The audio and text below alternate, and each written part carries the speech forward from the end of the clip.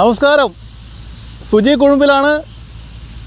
പുതിയ ഒരു വീഡിയോയിലേക്ക് എൻ്റെ എല്ലാ സുഹൃത്തുക്കൾക്കും സ്വാഗതം. നമ്മൾ ഇന്ന് എത്തിച്ചേർന്നിരിക്കുന്നത് കോയമ്പത്തൂരുള്ള ഇഷ ഫൗണ്ടേഷൻ്റെ ആദിയോഗി ശിവപ്രതിമയുടെ അടുത്താണ്.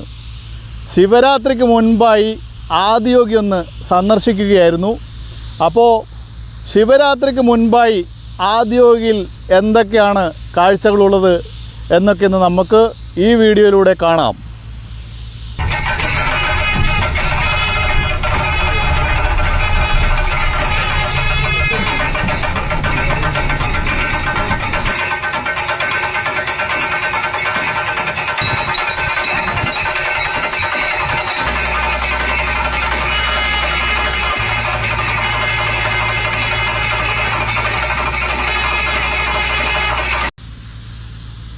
കൂടാതെ കോയമ്പത്തൂരുള്ള ഇഷ ഫൗണ്ടേഷൻ്റെ ഈ ആദിയോഗി പ്രതിമയുടെ അടുത്തേക്ക് കോയമ്പത്തൂരിൽ നിന്ന് എങ്ങനെയാണ് വരേണ്ടത് എന്ന് നിരവധി ആളുകൾ ചോദിച്ചിരുന്നു. അപ്പോൾ ഈ വീഡിയോയിൽ അതും കൂടെ കൃത്യമായി പറയുന്നുണ്ട്. ദയവായി വീഡിയോ സ്കിപ്പ് ചെയ്യാതെ കാണുക. ഈ വീഡിയോയ്ക്കിടയ്ക്ക് നമുക്ക് കോയമ്പത്തൂരിൽ നിന്ന് ഈ ആദിയോഗി വരെയുള്ള യാത്ര എങ്ങനെയാണെന്നും കൂടെ വിശദീകരിക്കാം. അപ്പോൾ വീഡിയോ കാണുന്നതോടൊപ്പം തന്നെ നിങ്ങൾ ചാനലൊന്ന് സബ്സ്ക്രൈബ് ചെയ്യണം. അതുപോലെ തന്നെ ആദ്യമേ തന്നെ ഒന്ന് ലൈക്ക് അടിച്ചിട്ട് ഈ വീഡിയോ തുടർന്ന് കാണണം. ഇതാണ് കോയമ്പത്തൂർ റെയിൽവേ സ്റ്റേഷൻ്റെ മുൻഭാഗം. നഗരത്തിൻ്റെ പ്രധാനപ്പെട്ട സ്ഥലത്ത് തന്നെയാണ് റെയിൽവേ സ്റ്റേഷൻ സ്ഥിതി ചെയ്യുന്നത്. ഇവിടെ നിന്നും ഏകദേശം 30 കിലോമീറ്റർ സഞ്ചരിച്ചാലാണ് ആദിയോഗി ഇഷ ശിവ പ്രതിമ കാണുവാൻ സാധിക്കുക. ഇങ്ങനെ ഇവിടെ ഒരു ബോർഡ് കാണാം. ആദ്യം നമ്മൾ ഒരു ബസ്സിന് കയറി ഇവിടെ നിന്ന് ഗാന്ധിപുരം എന്ന ലോക്കൽ ബസ് സ്റ്റേഷനിലേക്ക് എത്തുകയാണ് വേണ്ടത്. റെയിൽവേ സ്റ്റേഷനിൽ ഇറങ്ങിക്കഴിഞ്ഞാൽ നമ്മൾ ഇടതുവശത്തേക്ക് ഒരു 100 മീറ്റർ നടക്കണം. 100 മീറ്റർ നടന്നു കഴിയുമ്പോൾ അവിടെ ഒരു ബസ് സ്റ്റോപ്പുണ്ട്. അവിടെ നിന്നും നമുക്ക് ഗാന്ധിപുരം എന്ന ബസ് സ്റ്റാൻഡിലേക്കുള്ള ബസ്സുകൾ ലഭിക്കും. ഇതാണ് ആ ബസ് സ്റ്റോപ്പ്. നമുക്കുള്ള ബസ് ഇതാ എത്തിക്കഴിഞ്ഞു. ഇനി ബസ്സിൽ കയറണം. ഈ നീല ബസ്സാണ് നമ്മുടെ ബസ്. നമ്മളങ്ങനെ ആദ്യത്തെ ബസ്സിന് കയറി ഗാന്ധിപുരം എന്ന ബസ് സ്റ്റാൻഡിലേക്ക് എത്തിക്കഴിഞ്ഞു. ഇതാണ് ഗാന്ധിപുരം ബസ് സ്റ്റാൻഡ്.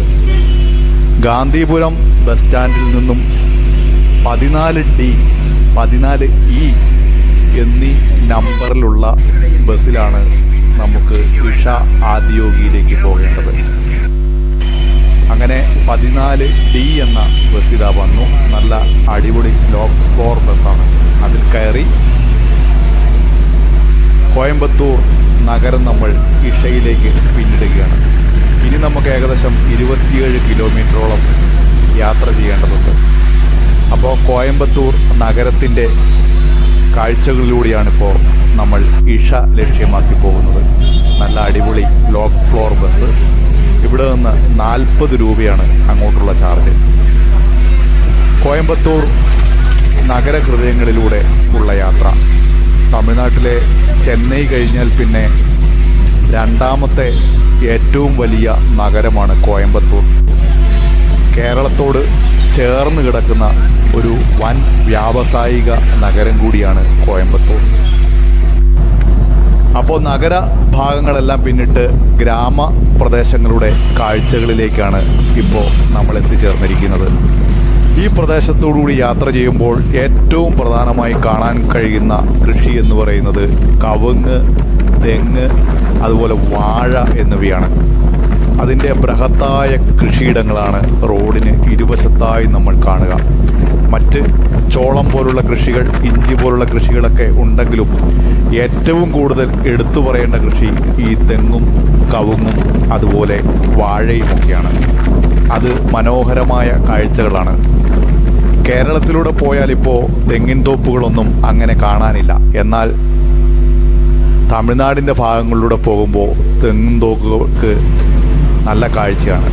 അങ്ങനെ നമ്മൾ ഇഷ ആദിയോഗിയുടെ പ്രവേശന കവാടം എത്തി. പ്രവേശന കവാടവും കടന്ന് പാർക്കിംഗ് ഏരിയയും പിന്നിട്ട് ഈ ബസ് ഇഷ ആദിയോഗിയുടെ സ്റ്റാച്യുവിൻ്റെ പ്രതിമയുടെ അടുത്തേക്ക് പോകുന്നുണ്ട്. അപ്പോൾ ബസ്സിലിരുന്ന് ദൂരെ നിന്നേ നമുക്ക് പ്രതിമ കാണാം. മനോഹരമായ കാഴ്ചയാണ് ദൂരെ നിന്ന് നോക്കുമ്പോൾ. പ്രതിമയിൽ ഈ സമയത്ത് ശിവരാത്രിയൊക്കെ വരാൻ പോകുന്നത് കൊണ്ട് തന്നെ അറ്റകുറ്റപ്പണികളും പെയിൻറ്റിങ്ങും ഒക്കെ നടക്കുന്നുണ്ട്. അതാണ് അവിടെ വലുപ്പത്തിലുള്ള ക്രെയിനുകളുടെ കാഴ്ച ഒക്കെയാണ് കാണുന്നത്. ആ ക്രെയിന് മുകളിൽ കയറി നിന്ന് ആണ് തൊഴിലാളികൾ ജോലി ചെയ്യുന്നത്. അതിസുന്ദരമായ കാഴ്ചയാണ്. ഇഷയിലെ കൃഷിയിടങ്ങൾ, നെൽകൃഷി ഇഷയിലെ.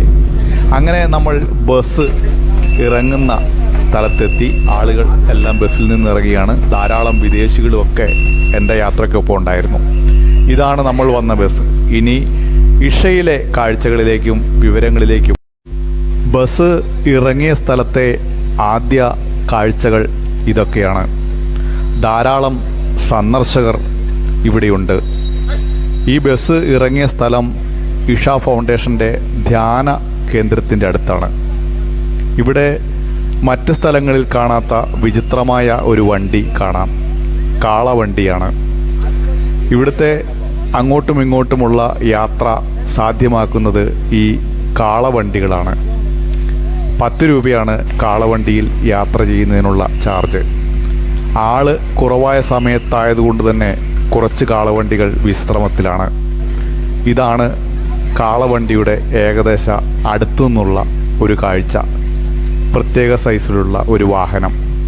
പിന്നെ ഇവിടേക്കുള്ള ബസ്സുകളുടെ സമയം വിവരം കൊടുക്കുന്ന വലിയൊരു ബോർഡ് ഇവിടെയുണ്ട്. ഇങ്ങോട്ടേക്ക് രാത്രി 9 മണി വരെ ബസ്സുണ്ട്. ഇത് നമ്മളീ കാണുന്ന വലിയ ഈ കമാനം ഇഷ ഫൗണ്ടേഷൻ്റെ ധ്യാനങ്ങൾ ഒക്കെ നടക്കുന്ന സ്ഥലമാണ്. സദ്ഗുരു ജഗ്ഗു വാസുദേവിൻ്റെ നിയന്ത്രണത്തിലുള്ള ഒരു പ്രദേശമാണ് ഈ ധ്യാനകേന്ദ്രം. അപ്പോൾ ധ്യാനകേന്ദ്രത്തിൻ്റെ ഉള്ളിലേക്കൊന്നും നമ്മൾ പ്രവേശിക്കുന്നില്ല. അങ്ങനെ ആദിയോഗി പ്രതിമയുടെ അടുത്തേക്ക് പോകാനാണ് തീരുമാനം.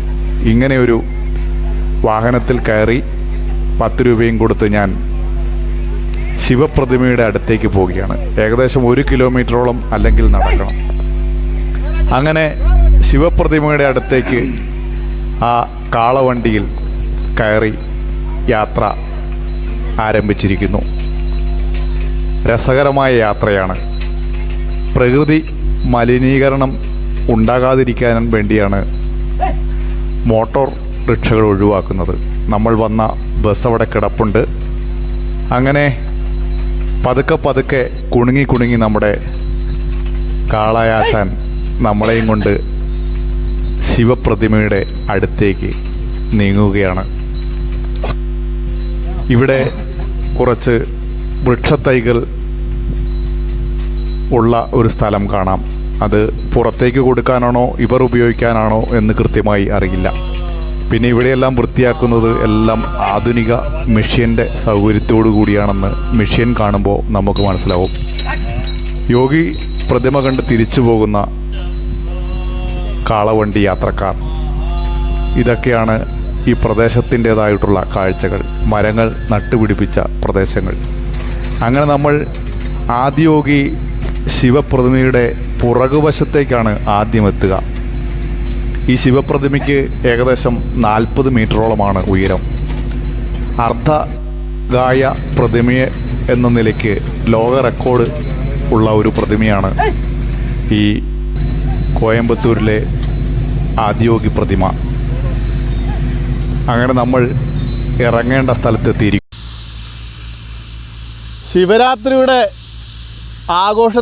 ശിവരാത്രി ആഘോഷത്തിൻ്റെ ഭാഗമായി ഈ ശിവപ്രതിമയിൽ മിനുക്കുപണികൾ നടക്കുകയാണ്. പ്രതിമ മനോഹരമാക്കുന്നതിൻ്റെ ഭാഗമായി പെയിൻറ്റിങ്ങും മറ്റ് വർക്കുകളൊക്കെ നടക്കുകയാണ്. എൻ്റെ പുറകിൽ കാണുന്ന അവിടെ നിങ്ങൾക്ക് കാണാൻ പറ്റും അവിടെ 2 വലിയ ക്രെയിൻ ഉപയോഗിച്ച് പെയിൻറ്റ് ചെയ്യുന്നുണ്ട്. അതുപോലെ തന്നെ മറ്റ് മിനുക്കുപണികളൊക്കെ ചെയ്യുന്നുണ്ട്. അതാണ് നമ്മൾ കാളവണ്ടിയിൽ നിന്നും ഇറങ്ങിയപ്പോഴുള്ള കാഴ്ച ഇതാണ്. പശ്ചിമഘട്ട മലനിരകളുടെ താഴ്വാരത്ത് വളരെയധികം ഭംഗിയുള്ള ഒരു പ്രദേശത്താണ് ഈ പ്രതിമയുടെ സ്ഥാനം. അതിസുന്ദരമായ കാഴ്ച. ഏകദേശം 1000 ഏക്കറോളം സ്ഥലത്താണ് ഈ പ്രതിമയും അതിനോട് അനുബന്ധിച്ചുള്ള ഈ ഇഷ ധ്യാന കേന്ദ്രവും ഒക്കെ സ്ഥിതി ചെയ്യുന്നത്. സുന്ദരമായ പ്രതിമയുടെ ശിവപ്രതിമയുടെ കാഴ്ച. പ്രതിമയിൽ പെയിൻറ്റിങ്ങും മറ്റ് നവീകരണ ജോലികളും നടക്കുന്നത് കൊണ്ട് തന്നെ വലിയ ശബ്ദമാണ് അവിടുന്ന് കേൾക്കുന്നത്. ശിവരാത്രിയിലാണ് ഈ ഇഷായ ആദിയോഗിയിലെ ശിവപ്രതിമയുടെ അടുത്ത് മഹാസമ്മേളനം നടക്കുന്നത്. വെള്ളിയാങ്കിരി മലനിരകളുടെ കാഴ്ചകൾ. ഞാൻ ഈ ശിവപ്രതിമയുടെ വിവിധ സ്ഥലങ്ങളിൽ നിന്നുള്ള കുറേ വീഡിയോകൾ ഇങ്ങനെ എടുക്കുകയാണ്. ഇതിനു മുമ്പും ആദിയോഗിയിൽ ഞാൻ വന്നിട്ടുണ്ട്. ഇതിനു മുമ്പൊരു വീഡിയോ ചെയ്തിട്ടുമുണ്ട്. അതിൽ ഇവിടുത്തെ സംബന്ധിച്ചുള്ള വിശദമായ കാര്യങ്ങൾ പറഞ്ഞിട്ടുണ്ട്. അതുകൊണ്ട് ഈ വീഡിയോയിൽ അങ്ങനെ വളരെ വിശദമായ കാര്യങ്ങളിലേക്കൊന്നും തന്നെ കടക്കുന്നില്ല. 500 ടൺ ഉരുക്കുപയോഗിച്ചിട്ടാണ് ഈ പ്രതിമയുടെ നിർമ്മാണം. ഈ പ്രതിമ അനാവരണം ചെയ്തത് 2017 ഇന്നത്തെ പ്രധാനമന്ത്രിയായിട്ടുള്ള നരേന്ദ്രമോദിയാണ്. പ്രതിമയുടെ പെയിൻറ്റിങ് ജോലികളൊക്കെ നമുക്ക് കാണാം. വലിയ ക്രെയിൻ ഉപയോഗിച്ച് അതിൽ ആളുകൾ ജോലിക്കാർ നിന്നിട്ടാണ് ചെയ്യുന്നത്. ഈ പശ്ചിമഘട്ട മലനിരവുകളുടെ താഴ്വാരത്തിൽ ഭംഗിയോടുകൂടി ഇങ്ങനെ പ്രതിമ കാണുന്നത് തന്നെ വളരെയധികം കണ്ണിന് ആനന്ദദായകമായ ഒരു കാര്യമാണെന്ന കാര്യത്തിൽ സംശയമില്ല. ഇവിടെ വൈകിട്ട് 7 മണിയോടുകൂടി ഈ പ്രതിമയിൽ ലേസർ ഷോയും നടക്കും. അപ്പോൾ വൈകുന്നേരം ലേസർ ഷോയൊക്കെ കാണുവാൻ ആഗ്രഹിക്കുന്നവർ വൈകുന്നേരം ഒരു 5 മണിയോടുകൂടി ഇവിടം സന്ദർശിക്കുന്നതാണ് എപ്പോഴും നല്ലത്. പുറത്തേക്കെല്ലാം നോക്കുമ്പോൾ വളരെ ഭംഗിയാർന്ന കാഴ്ചകളാണ് അവിടെ നിന്ന് നമുക്ക് കാണുവാൻ സാധിക്കുന്നത്. ശിവരാത്രി ഉത്സവത്തിൻ്റെ ഭാഗമായുള്ള പ്രവർത്തനങ്ങൾ നടക്കുന്നു. ഇതിനു മുമ്പ് നമ്മൾ ആദിയോഗി സ്റ്റാച്യുവിൻ്റെയും ഇഷ ഫൗണ്ടേഷൻ്റെ ഇവിടുത്തെ ധ്യാന കേന്ദ്രത്തിൻ്റെയൊക്കെ വീഡിയോ ചെയ്തിട്ടുണ്ട്. അപ്പോൾ ഒരിക്കൽ കൂടി നമ്മൾ ആദിയോഗിയിൽ വന്നതാണ്. അപ്പോൾ ഈ പ്രാവശ്യം വന്നതിൻ്റെ ഈ വീഡിയോ നിങ്ങൾക്ക് ഇഷ്ടപ്പെട്ടു എന്നാണ് ഞാൻ വിചാരിക്കുന്നത്. വീഡിയോ ഇഷ്ടപ്പെട്ടാൽ തീർച്ചയായും ലൈക്ക് ചെയ്യാൻ മറക്കരുത്. അതുപോലെ ഷെയർ ചെയ്യാനും മറക്കരുത്. കൂടാതെ എൻ്റെ ഈ ചാനലിനെക്കുറിച്ചും അതുപോലെ ഓരോ വീഡിയോയെക്കുറിച്ചുമുള്ള അഭിപ്രായം നിങ്ങൾ കൃത്യമായി രേഖപ്പെടുത്തണം. വീഡിയോ മെച്ചപ്പെടുത്താൻ നിങ്ങളുടെ വിലയേറിയ അഭിപ്രായങ്ങൾ തീർച്ചയായും വേണം. അതുകൊണ്ട് കൃത്യമായി നിങ്ങളുടെ അഭിപ്രായം ഈ വീഡിയോയുടെ കമൻറ്റ് ബോക്സിൽ വന്ന് രേഖപ്പെടുത്തണമെന്നും ഈ അവസരത്തിൽ അഭ്യർത്ഥിക്കുകയാണ്.